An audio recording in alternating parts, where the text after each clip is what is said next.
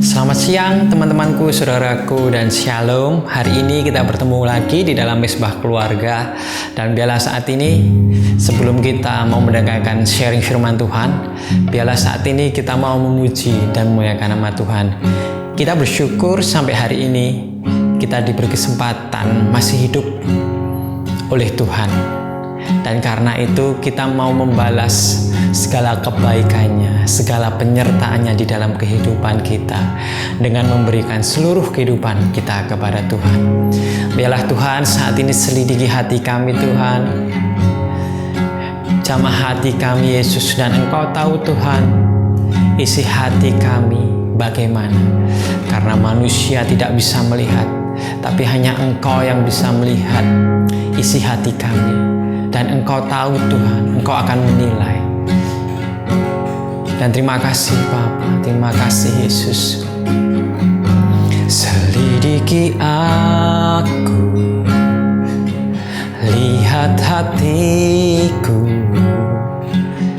apakah ku sungguh mengasihimu, Yesus, Kau yang Maha Tahu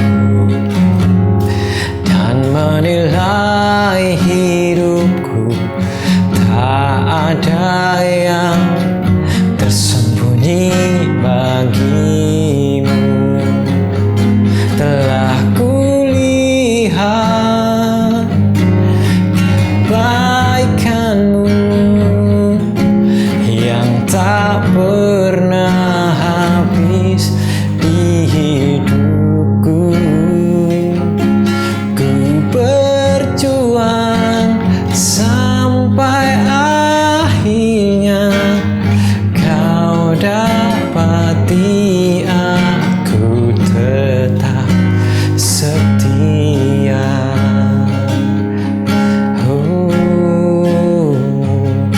Selidiki aku, lihat hatiku, apakah ku sungguh mengasihimu, Yesus, Kau yang Maha Tahu dan menilai hidupku. Tak ada yang tersembunyi bagimu. Telah kulihat kebaikanmu yang tak pernah habis di hidupku. Ku berjuang sampai akhirnya Kau dapati aku tetap setia. Telah kulihat kebaikanmu yang tak pernah habis di hidupku. Ku berjuang sampai akhirnya Kau dapati aku tetap setia. Ku berjuang sampai akhirnya Kau dapati aku tetap setia. Kau dapati aku tetap setia. Kau dapati aku tetap setia.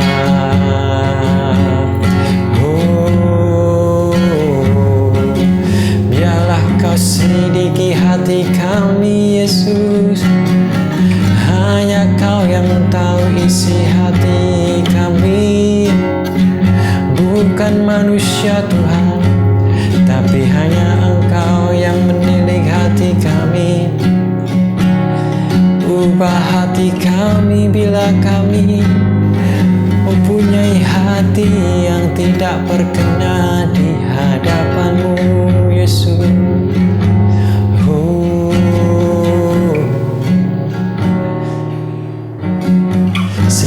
hati kami Tuhan, sehingga tidak ada kepalsuan di dalam diri kami Tuhan. Dan biarlah kami tetap terus Tuhan mencari Roh Kudus-Mu, mencari wajah-Mu Tuhan, untuk selalu memperbaiki hati kami, sikap hati kami, supaya kami layak untuk berada, untuk menghadap kepadamu Yesus. Dan saat ini Tuhan, kami mau belajar, kami mau sharing Tuhan tentang firman-Mu. Biarlah apa yang hamba sharingkan bisa menjadi kekuatan, bisa menjadi pengharapan, pertobatan bagi saat ini yang mendengar dan melihat. Pakailah hamba-Mu ini yang tidak ada apa-apanya Tuhan. Biarlah saat hamba menyampaikan firman-Mu, bisa menyampaikan dengan kalimat yang jelas dan mudah dimengerti.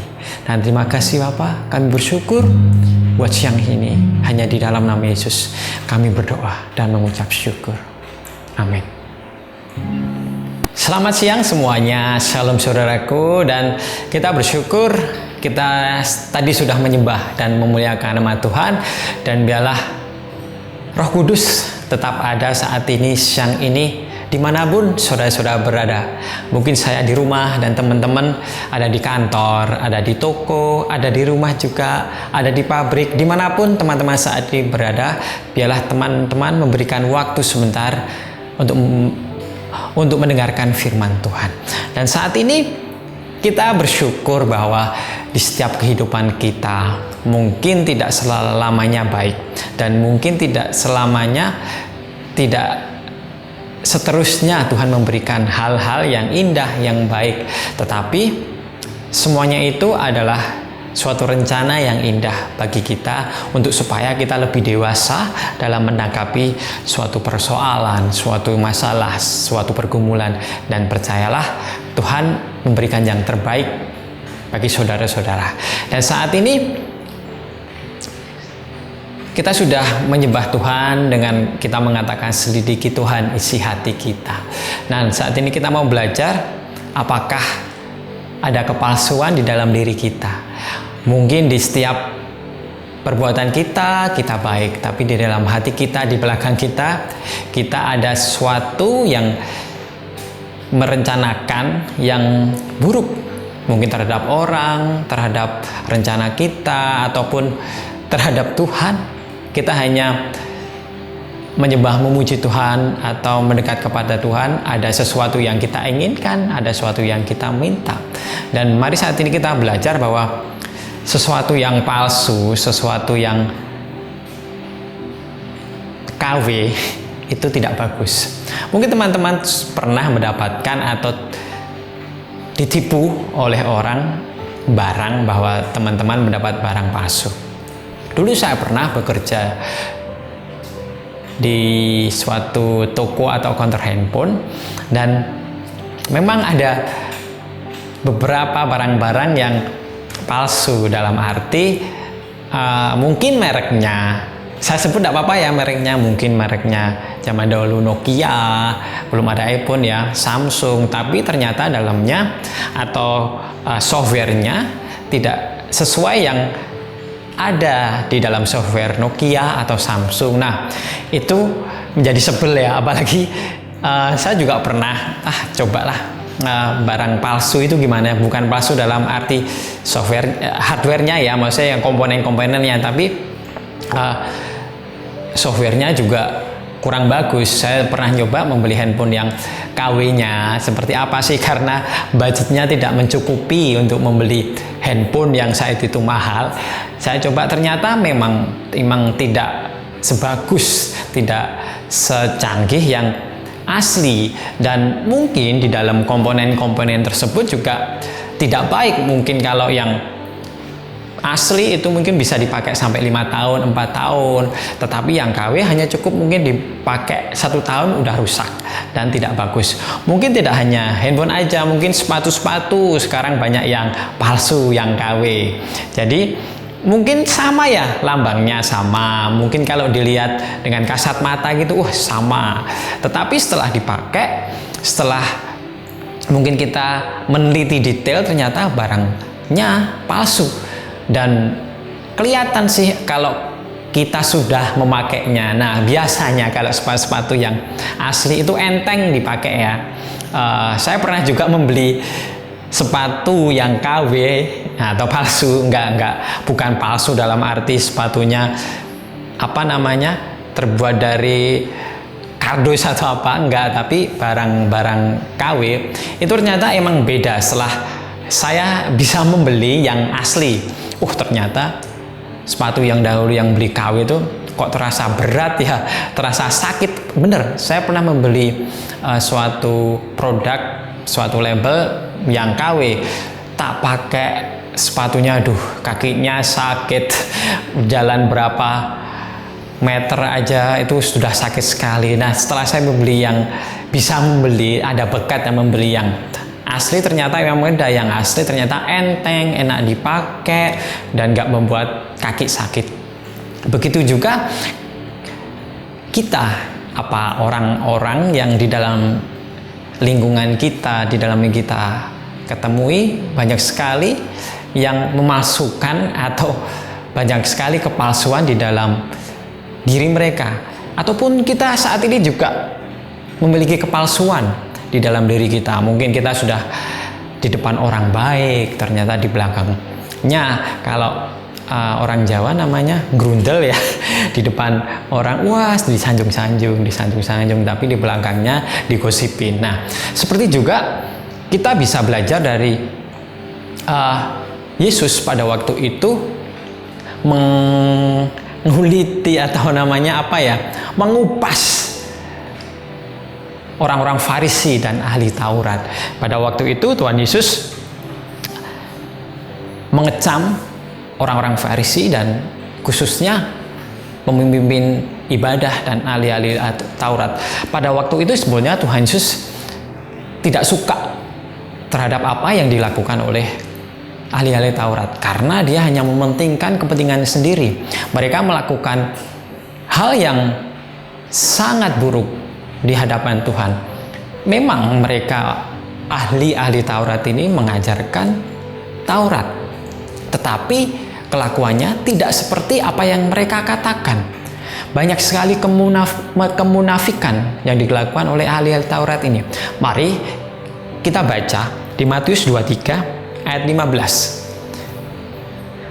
Matius 23 ayat 15 dikatakan, "Celakalah kamu hai ahli-ahli Taurat dan orang-orang Farisi, hai kamu orang-orang munafik, sebab kamu mengarungi lautan dan menjelajah daratan untuk menobatkan satu orang saja menjadi penganut agamamu." Di sini dikatakan adalah penganut agamamu, bukan agama yang Tuhan ajarkan.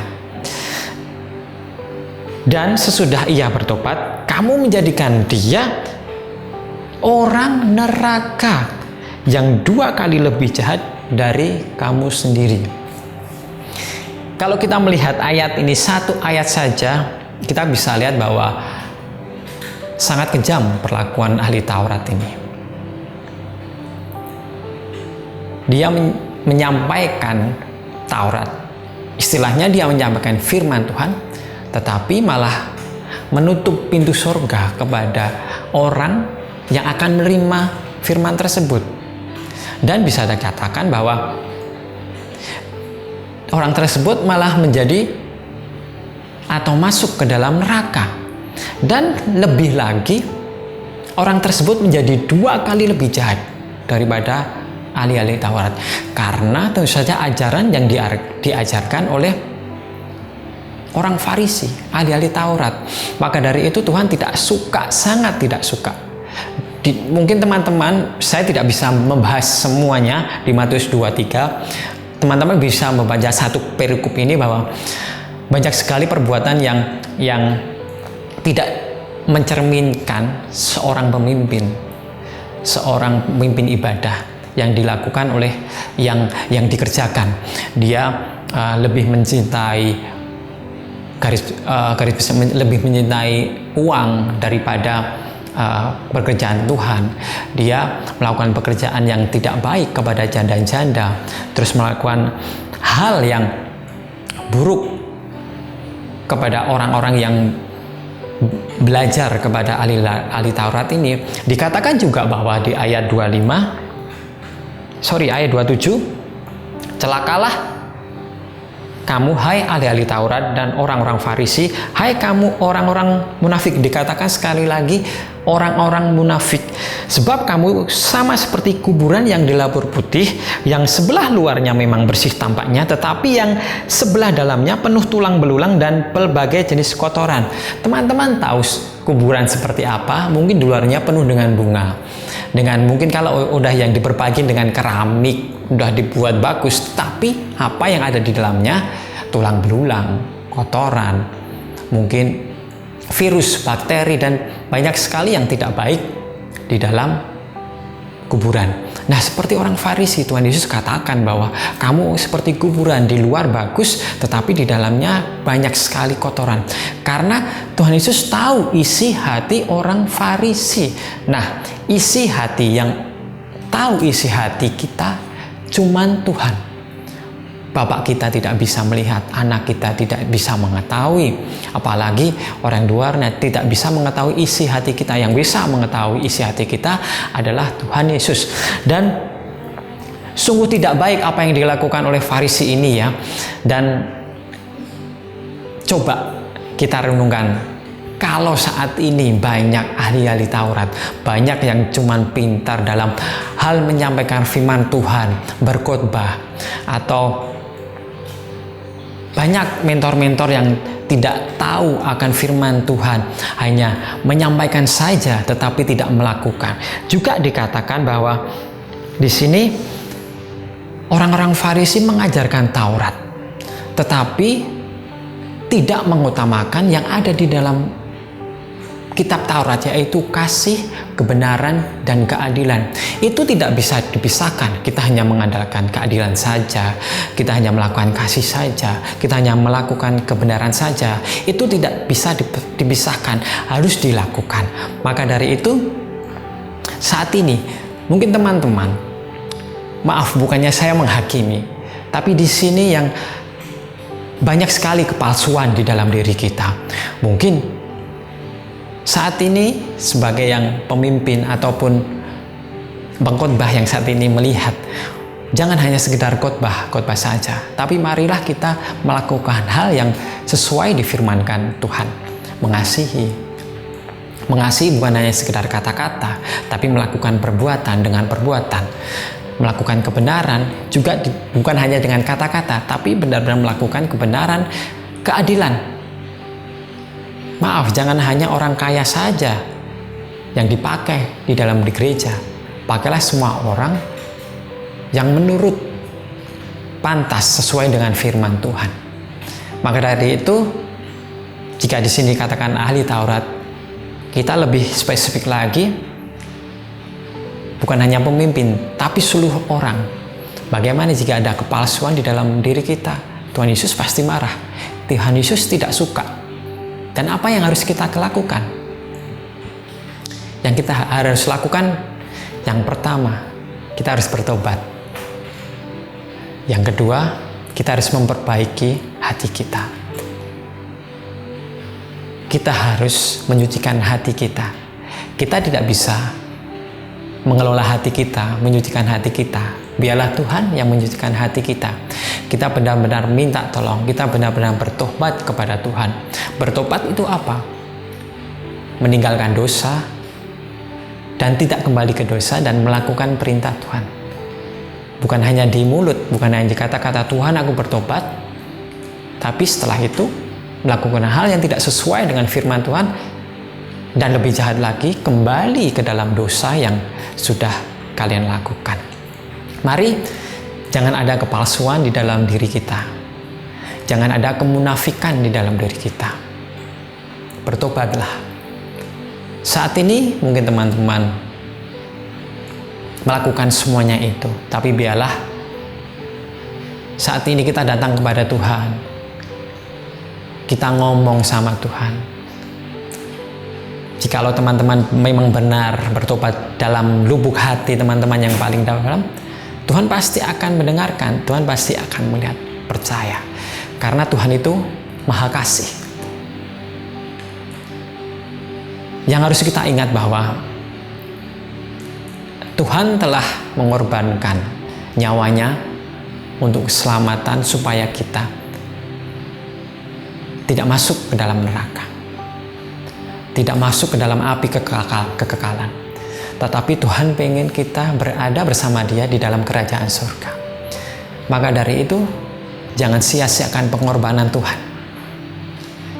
Tuhan sudah kasih keselamatan bukan karena perbuatan teman-teman, bukan karena apa yang saudara-saudara lakukan, tapi karena kasih karunia Tuhan. Dan itu gratis.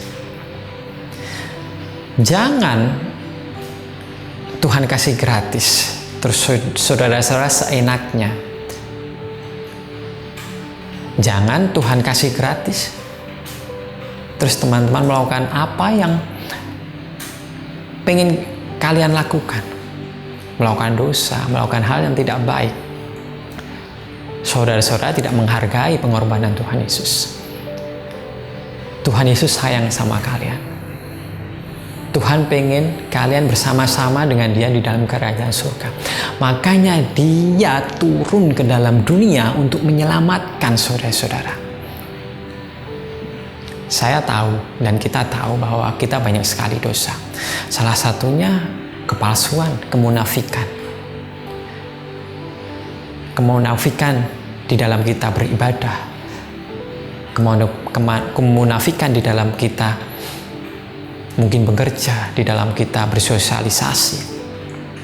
Tapi bila saat ini kita kembali kepada Tuhan, yang pertama bertobatlah, yang kedua sucikan hati kalian dengan pertolongan Tuhan. Minta Tuhan Yesus mencucikan hati kalian. Setelah itu lakukan kebenaran firman Tuhan di dalam kehidupan kalian. Kebenaran firman Tuhan mengasihi, keadilan, lakukanlah di setiap kehidupan kalian sesuai dengan firman Tuhan.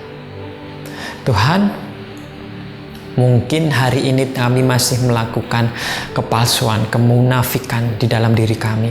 Tapi saat ini Tuhan, siang ini Tuhan, kami mau bertobat. Biarlah Engkau ampuni segala dosa kami. Engkau sucikan kami Tuhan, supaya kami tidak melakukan itu lagi. Di dalam pelayanan mungkin kami banyak sekali kepalsuan yang kami lakukan Tuhan. Mungkin kami Sabtu Minggu kami pelayanan Tuhan, tapi dalam Senin sampai Jumat Tuhan kami melakukan kejahatan, melakukan mungkin hal yang buruk, yang tidak baik di hadapan Engkau. Ampuni kami Tuhan. Mungkin tidak hanya di dalam pelayanan, di setiap hari kami Tuhan, kami melakukan banyak sekali dosa. Kami mencari muka di depan bos kami. Kami melakukan hal yang tidak baik di dalam pekerjaan kami, di sekolah kami. Mungkin kami baik di depan teman kami, tapi kami suka ngomongin di belakang teman kami. Ampunilah kami Tuhan. Biarlah kami saat ini Tuhan menghilangkan kepalsuan di dalam diri kami, kemunafikan di dalam diri kami. Dan kami percaya Tuhan, kami tidak bisa berjalan sendiri. Kami perlu Roh Kudus-Mu Tuhan yang menuntun kami di setiap jalan kami. Dan biarlah ini kami Tuhan, kami menyerahkan kehidupan kami ke dalam tangan-Mu Tuhan. Bila proses ini Tuhan, Engkau yang tahu Tuhan. Isi hati kami, Engkau yang tahu Tuhan. Saat isi hati kami berubah, perbuatan kami otomatis akan berubah.